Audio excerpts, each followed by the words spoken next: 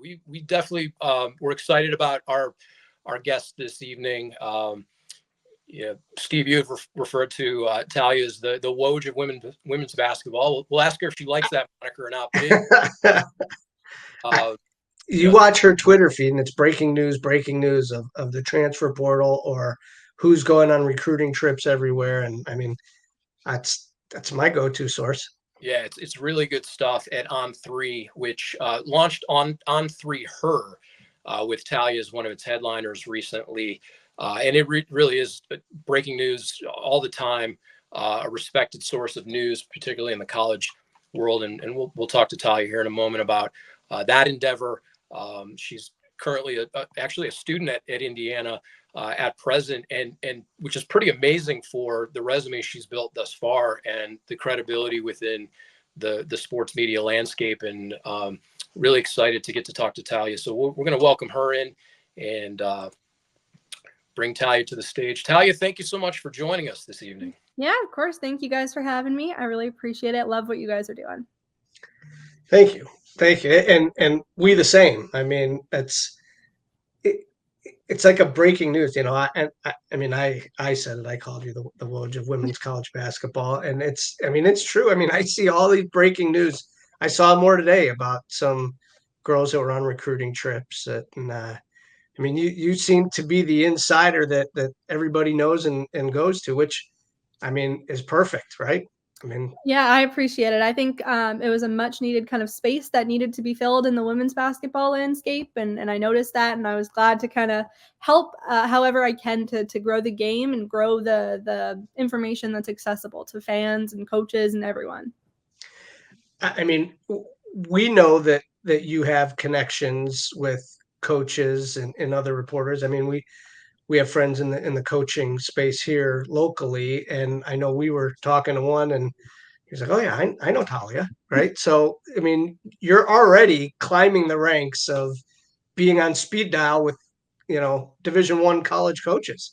Yeah, I appreciate it. I think that's my favorite part of the job really is just getting to know so many incredible people and so many incredible teams and being able to tell their stories, because it's not just, like you guys are in like a hot spot for teams for sure, but it's not just the Power Four conferences that I want to be covering, right? I want to be covering everyone and treating everyone with the importance that they deserve. And so I think the most fun part of it for me is when I get to go out and meet coaches from all over the country.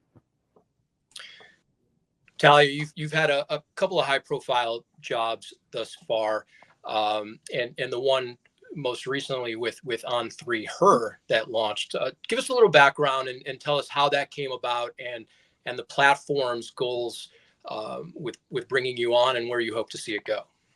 Yeah, so On3 has been doing phenomenal coverage for years. They've been doing college and recruiting coverage, mostly on the men's side. They've kind of recently decided that they wanted to dive deeper onto the women's side, and I think that's a really, really important and awesome thing that they decided they wanted to do. And they brought me on to mostly cover women's basketball for sure, but I'll be doing a little bit of coverage with volleyball, maybe a little bit with softball as it comes up, just kind of helping get this thing launched, right? Because we just launched a month ago. And so I think it's really cool that they're making that space and investing in women's sports coverage.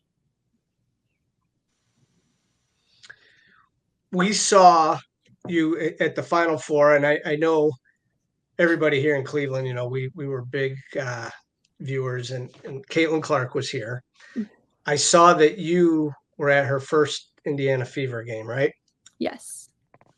What do you see? Like we all see with the ESPN, and we see the highlights, and we see the talk, but like strictly as a basketball player, how do you think she's doing so far in her rookie year?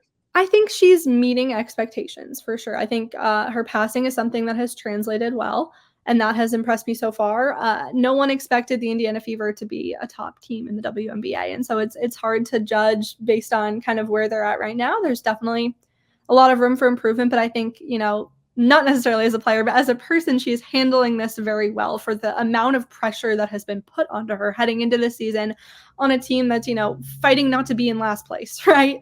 That's essentially where they're at right now. And she obviously is a very, very talented player and will continue to kind of grow in that regard past her rookie year. But for a rookie in the WNBA and the situation that she's put in right now, I would say she's meeting expectations. male or female. A banner year for women's basketball throughout the last season. The ascension of the sport, the numbers that we've seen coming out of the broadcasts, and the personalities and the players. It did seem to culminate with that championship and Caitlin Clark being named. But what stuck out to you this year that goes beyond the headlines, the obvious stuff that everybody saw? What impressed you the most about the game's evolution within this past year? I think it really is just the parity that the game is having right now. I think in years past, there have been teams that dominate and everyone else is, trying to beat them but can't. And now it's like there are probably 15 teams that I could see going into next year who could reasonably win this thing, right? And I think that's maybe different from the past. And obviously, I started covering this a few years ago, so I don't want to speak too much on the history because that's not necessarily my place, but I think that's the difference that we're seeing right now is there's just so much parity. There are so many players who deserve all of this hype that, Caitlin is getting and will continue to get, and they'll be kind of next up in that regard. I mean, you have Juju Watkins, you have Audie Crooks, you have all these girls who were freshmen last year who are just going to get better and better. And you worked with Hannah Hidalgo, who is one of them for sure. And I'm sure we'll talk a little bit about her later, but there's just so many phenomenal players in this game right now that warrant the national attention. And there always have been. I don't want to there always have been that. It's just people are finally starting to notice, and that's a good thing and a bad thing because, obviously you wish it had happened years ago because there's been the talent. The talent has been there for sure, and society is catching up now. It is, but everything is moving. Like there's more social media, there's more TV covers like that. That all helps, right? None of that stuff existed back in the Cheryl Swoops days. And Rebecca Lobo and the girls like that, they didn't have all the social media and everybody putting them on live videos and reels. And that's a lot that's helped build up the women's game, I'm sure, right? Yeah, absolutely. Hannah Hidalgo, you mentioned, we did get a chance to meet her. Jeremy did a nice interview with her. What a tremendous young lady she is. And not just in the basketball world, but just to talk to. Like she has a lot going for her, as well as being an All-American as a freshman. I think Notre Dame has got to be considered, in the top 5 to start the season, right? I had him somewhere around there. I can check if you want me to check for sure. I had him somewhere around that. I put out things have changed since then too, but I put out my way too early post-spring top 25, and they were high up there for sure. So especially they added 2 really impressive players from the portal that were kind of late additions and were high profile players in Liza Carlin and Liatu King. And so I think they will be good next year, especially with the return of Olivia Miles. You have Hidalgo. You kind of have it all going for you right now, right?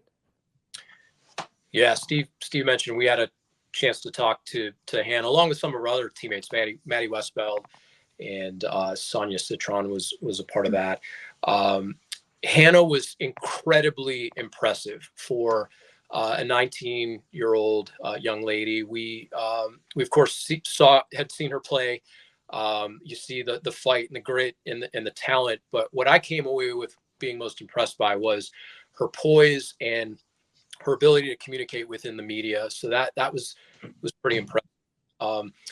Who's kind of next on the radar there, particularly in that freshman or sophomore class that you've been exposed to and had a chance to talk to or been around that nobody might be talking about yet that they will be someday? For incoming freshmen or for sophomores or for what? Either way, just maybe some names that aren't quite on the national radar yet, but you're really impressed by. I would say, the one that stands out to me, and it's just because she's on my mind, she's one of my favorite players to watch is Audie Crooks. And I think she got that national attention that she deserved late in the year, especially when she had that Maryland 40-point game, which was really impressive. But also her counterpart, who was another freshman there, Addie Brown, who no one is really talking about and did, incredible things for the Cyclones over there. And I think she averaged 13 and 8 or something like that, and 5 assists. And no one was talking about her all year because there were just so many talented freshmen last year. There were so many of them that you couldn't the best of them kind of dominated the national coverage, right? It was Juju and Hannah who deservedly got so much attention, deservedly. But there are so many others who were in there too. And that pair from Iowa State is just someone who really, both of them stand out to me a lot.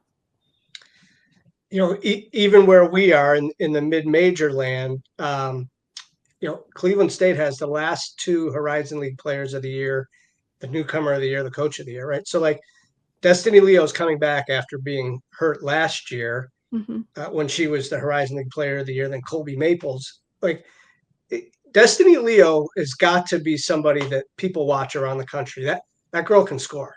Absolutely. No, I said this to you before we got live on here, but I was watching her a lot early in the season because I was tweeting about who was leading the country in scoring, and her name was up there the first week or two, right? And so it was such a shame that she got hurt, but I'm glad that she's coming back. I think she averaged like 21 points per game in those first 6 games last year or something. So I'm excited to see the return of Destiny Leo and what she's able to do in her 5th year, right? So it'll be her 5th. Yeah. Yeah. And yeah, she's moving up the ranks at Cleveland State to be the number 1 scorer, hopefully, when it's all said and done. We talked earlier too at Akron, Reagan Bass, who we did an NIL deal with, she just transferred to Purdue. And how do you think she's going to fare there? I think she'll do well. I think she'll be a really good piece for Purdue. Obviously, the Big Ten is a very, very tough conference. In my opinion, the toughest conference next year. But I think she'll be a really good piece for Purdue. I think she averaged like nearly a double-double last year. I think she like 9.9 rebounds or something crazy like that, and then like 16 points or something. And she's just a whole lot of fun to watch. She dominates. I went to see her at Akron last year and was really impressed and kind of watched her on TV all year. I was following Akron. And she's just really fun, and I think she'll be a really good addition to this Purdue team. And I'm excited to see what she's able to. I'll be there because I am in Indiana, so I will be getting down to see her quite a bit, hopefully. Yeah, and Akron is still. I mean, they still have a team. They have Lene Riley who can shoot the threes, incredible. Absolutely. We're very fortunate, in Northeast Ohio, and then even down the road in Columbus, they had a really good year too at Ohio State. Oh yeah, they're not too bad, huh? They got a pretty good freshman coming in, some good transfers. Ohio State, they should still be like a very dominant team. Obviously, like I said, the Big Ten is just so tough, and I think USC and UCLA are going to come in and maybe dominate a little bit. But I think Ohio State and Indiana aren't too far behind. And there's a few, like Maryland did their job in the portal, but Ohio State should still be like a power in the Big Ten for sure. And we've said this before a couple of times, and we've heard it around town. I know we've heard Coach Kielsmeyer say this too. You have to go out and see a game, a women's basketball game, collegiate game. If you go to a game and don't come away impressed, I'm not sure what will, or what will impress you in your life. If you're a basketball fan, as we are, Steve and I we've grown up around sports. It's such a marvelous game. It's pure.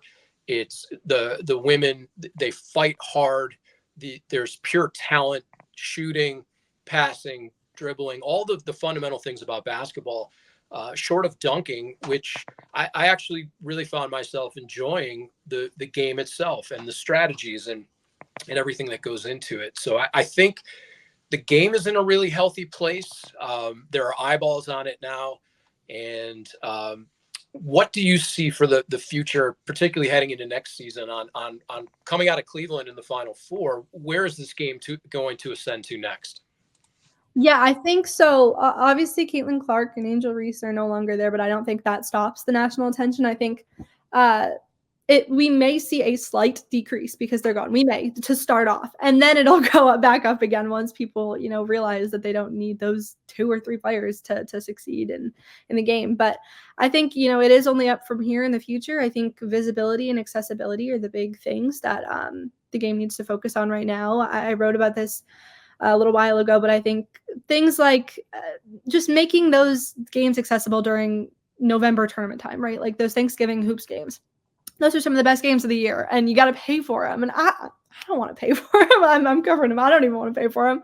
So I think just making the game accessible will aid in viewership, obviously, a lot. and just getting people on board, because I think they're on board right now and you need to keep them there. You need to do whatever you can do at this moment to keep them, interested and entertained. And that's not for like lack of talent in any way, because the talent is, absolutely there and phenomenal. And I think it's just a matter of brainstorming what you can do to keep this momentum going right now. When you look at this NIL transfer, not the NIL, but the transfer portal in general, do you see like the new pay that's going to happen that's ahead of the NIL? Like, how is that going to affect like next year's transfers? Meaning like how? Yeah, is it? Yeah, like the new. The wrong word that I'm looking for, but now that you can pay, the schools can directly pay the athletes. Yeah, Right? I think that is gonna hurt mid-majors, unfortunately, a lot. And it's tough. Like, there's obviously differing viewpoints on it, and I think the transfer portal is a really good thing to have, for sure.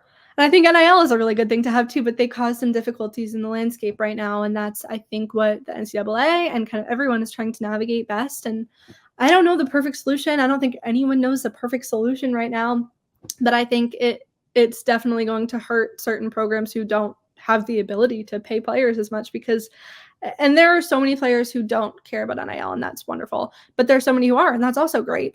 But if you want to go somewhere just for the money, like, you're able to do that now, and that makes it a little bit tougher, especially on those schools who don't have big NIL collectives or things like that. And so I don't know exactly what it'll look like heading into next year. I don't know if it'll look that different from this year. I mean, there's still, NIL is still a big matter in recruiting and transfer portal recruiting. So I don't know how much it'll change based on this, but I mean, I would guess it will change it a little bit.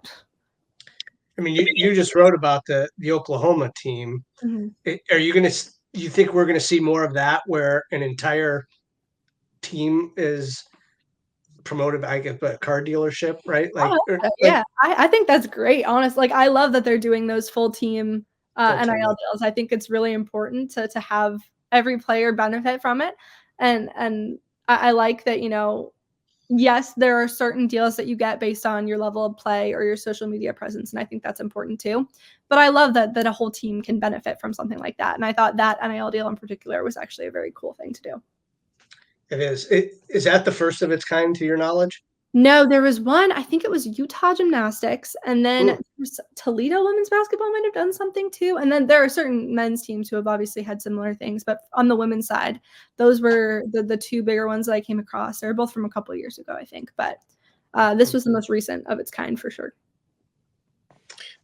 Yeah, Greenie and I have found ourselves in an interesting position within the last year in the NIL space, because what we realized is none of these entities can talk to each other, and rightfully so for compliance purposes. But collectively, between us, we've been able to talk to universities and agents and players and collectives, and we kind of have this holistic picture of what can be done within the NCAA picture. And then they went and changed it on us. So we'll continue to vet that out. And we've got just a couple more minutes here with Talia, who's been gracious to join us. One thing I did want to ask you about, Talia, is we are cut from a very similar cloth in that my father had a 50-year broadcast career on radio and television here in Northeast Ohio, and was held in very high esteem. And I grew up with that over my shoulder, as did you, in a very similar fashion with your father, Jeff, who was on ESPN for decades, amongst other outlets. I'm sure in part that drove you, being exposed to it, but do you feel the stress or pressure of that to live up to it? And how does that drive you in certain ways, being exposed to that from a young age? I think it's the best thing that could have happened to me. I mean, he's always there to answer questions and help me out and make sure I'm doing things the right way, which I think that's the most important thing in this business, is to make sure you're accurate and you're always doing things the right way. And I've been so lucky to have him to help me, because if I didn't, I don't know what I would have done. Obviously, my education that I'm getting here at Indiana is so helpful. But having my dad, who's been through this he's been interviewing players since he was like 14, which is when I started doing it too. So he's been able to help me from the same stage that he started doing it. And it has been so, and I'm glad I'm doing it on the women's side, because that helps too, not having to necessarily live up to the same thing on the men's side. And I love the women's game so much. So I'm very fortunate to be in the position that I'm in, and I don't, take that for granted at all. I know it's helped me so much along the way, and just very grateful for everything that he's been able to help me with, including helping me get into trading cards. Actually, I was going to mention this to you guys. During COVID, I got super into it, mostly hockey, but my dad brought down some of his trading cards, and we discovered that he is a Michael Jordan rookie, and I'm trying to convince him to get it graded. We can make that happen. You got to help us out. Yeah, we can do that. And that's an incredible outlook. Kudos to you, because this is such a competitive space and media space, and I know this full well too. Just because your father's in the business does not mean you were going to get a job. So you've earned every bit of that, and we wish you continued success, and we'll keep an eye on you. And we really appreciate you joining us tonight, and hope to have you back as as the game continues to evolve on the women's side, and we want to help support that in any way we can.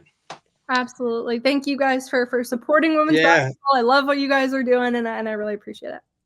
Yeah, thank you very much. Where can people find you best online? I am unfortunately on Twitter about 24 or X like 24/7. So I'm Talia Goodman WBB on Twitter/X, whatever we want to call it these days. Awesome. And whether other people call you that or not, I'm still going to call you the Woj of women's college basketball, because it's where I get all my information. I follow you all day, so it's great, and we appreciate you posting all that stuff so that we have information to talk about. So thank you very much for joining us. Thanks for having me. Yeah. Yeah, our thanks to Talia Goodman from On3, and she's going to be doing this for a long time. No question. And she's good at it.